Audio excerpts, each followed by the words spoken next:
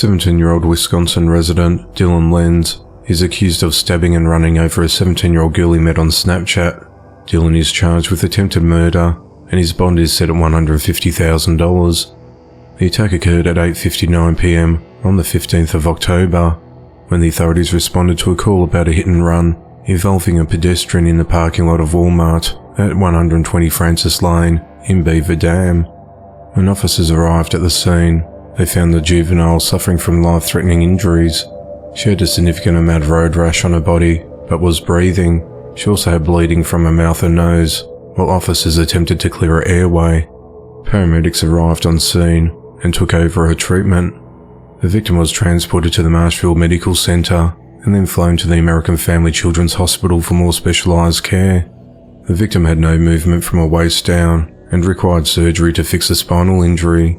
It's also reported that both her ankles were broken. She had a shoulder injury as well as other wounds. A witness who contacted police claimed seeing a car making bouncy motions and squealing tires. A witness said the car hit the girl, backed up and ran over the victim again before taking off. Police located surveillance images of the car and traced the license plate back to Dylan's home. Officers noticed blood on the vehicle, as well as other damage that reportedly matched evidence found at Walmart. Dylan's mother allegedly told investigators that the blood was actually Dylan's and was caused by the victim. Dylan told investigators that he met the victim on Snapchat. He reportedly picked her up and drove her to Walmart. They sat in the car for a bit before going inside. Dylan said that while he was in the store, he said to himself, "This is the last day she's going to be alive. This is the last night of her life. I was out of control. I wasn't thinking. My body just took over," he said. While in the car, Dylan continued having bad thoughts and proceeded to choke the girl and stabbed her in the shoulder with a box cutter.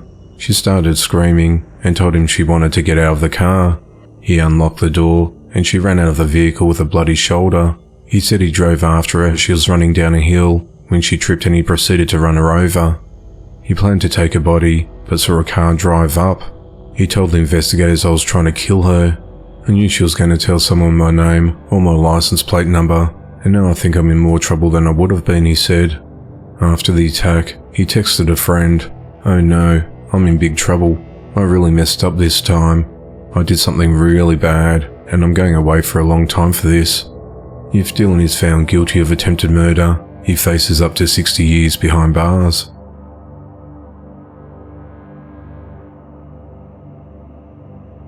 A 29-year-old Springfield, Missouri man is behind bars after being accused of having a sexual relationship with a teenage girl he nannied. On the 7th of October, Ivan Matthew Harris was arrested and charged with 2 counts of statutory sodomy, deviant sexual intercourse, and 1 count of enticement of a child. The authorities said that Ivan worked as a nanny for the 13-year-old victim and her sister, and he allegedly engaged in a sexual relationship with the victim from July to September of 2022. Ivan reportedly bought a cell phone for the girl that they used to communicate with each other. Police looked through the phone and reportedly discovered pornographic images and other messages that allegedly linked Ivan to the teen. He was recently evicted from a trailer he lived in and now resides in the woods. The victim reportedly told investigators that Ivan touched her over her clothing, but she told him to stop, which made him upset and caused him to stop speaking to her.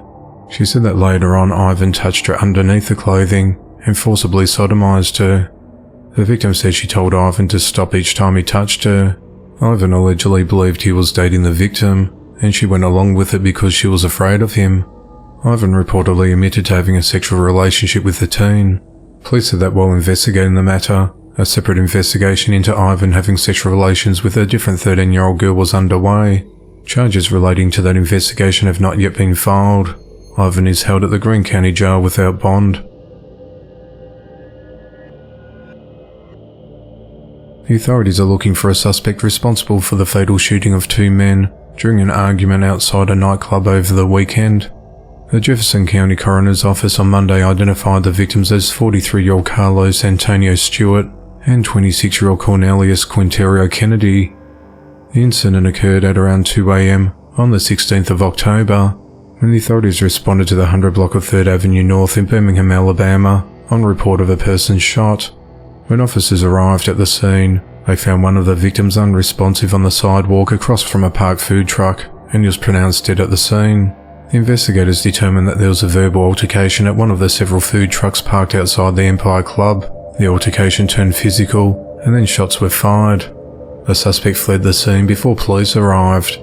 As the investigation was ongoing, food truck workers got into their vans that pulled the truck and realised there's another man dead inside the van. The discovery was made more than an hour after the initial victim was found.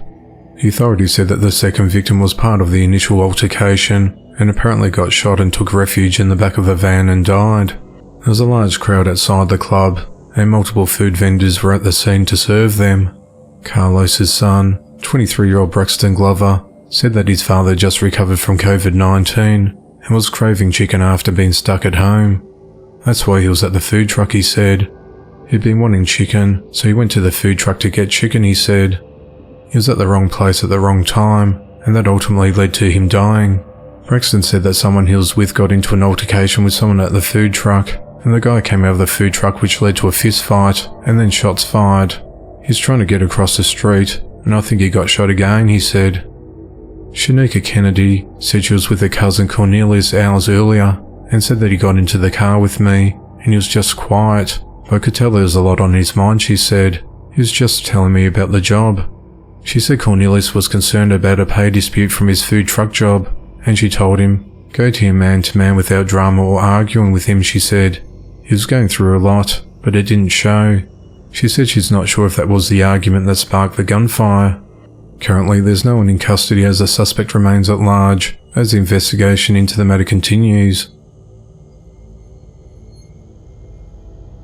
The St. Tammany Parish Coroner's Office has identified the two women found dead from a murder-suicide inside a Mandeville, Louisiana home on Tuesday morning as 43-year-old Tara Book and a 23-year-old daughter Brittany Burris. The authorities said that a woman identified as Tara called 911 at around 8:30 a.m. on the 18th of October to report that she had just shot her daughter and was going to shoot herself. During that call, a dispatcher heard what sounded like a gunshot.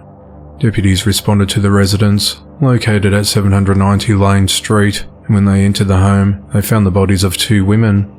Authorities wheeled the bodies out of the house at around noon, past crime scene tape that had been stretched across the driveway. Neighbours said that Tara and Brittany had moved into the house a couple of years ago, and were surprised to hear about the shooting, and said that the mother and daughter appeared to have a good relationship. One neighbour said a murder-suicide happened at the same home about 5 years ago. Brittany was a former student at Covington High School, and according to St. Tammany Parish Assessor's Office records, Tara was the owner of the home.